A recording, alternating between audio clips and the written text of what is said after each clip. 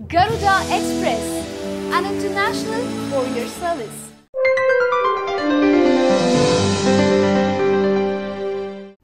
Trump అనుకున్నంత పని చేశాడు.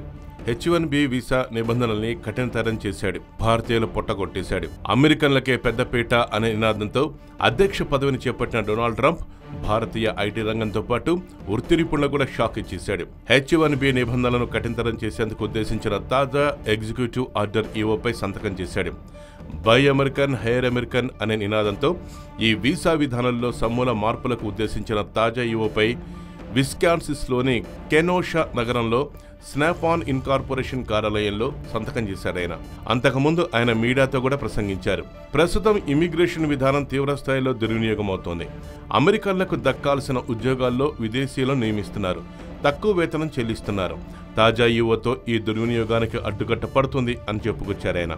దీంతో సుదీర్ఘకాలంగా పెండింగ్లో ఉన్న సంస్కరణ అమలులోకి వస్తాయని, వీసా దుర్వినియోగానికి తెరపడుతుందని అన్నారు. లాటరీ విధానంలో ఈ వీసాల్ని ప్రస్తుతం జారీ చేస్తున్నామని, ఇది తప్పనిసరని చెప్పుకొచ్చారు. ఇందుకు బదులు వాటిని అత్యంత ప్రతిభావంతులకు, భారీ వేతనాలు తీసుకుంటున్న వారికి మాత్రమే విధిగా కేటాయించాలన్నారు. అమెరికన్లను తప్పించడం కోసం వాటిని ఎట్టి పరిస్థితుల్లోనూ వినియోగించకూడదన్నారు.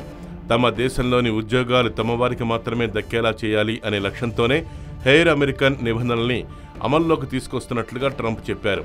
ఉద్యోగ నియామకాల్లో అమెరికన్లకే ప్రాధాన్యం ఇవ్వాలని, అదే సమంజసం అన్నారు. అయితే ట్రంప్ సంతకం చేసిన ఈవో ప్రకారం అమెరికా ప్రాజెక్టులను దేశీయ ఉత్పత్తులతోనే నిర్మించాల్సి ఉంటుంది. మా దేశంలోని కార్మికులు, ఉత్పత్తిదారులను మోసగించేందుకు విదేశాలు చేసే కుటిల యత్నాలను అంగీకరించబోం. బై అమెరికన్ విధానం ఖచ్చితంగా అమలయ్యేలా చూస్తాం. ఇందుకు భిన్నంగా కుదిరే ఒప్పందాలపై నిఘా పెడతాం అంటూ ట్రంప్ హెచ్చరించారు.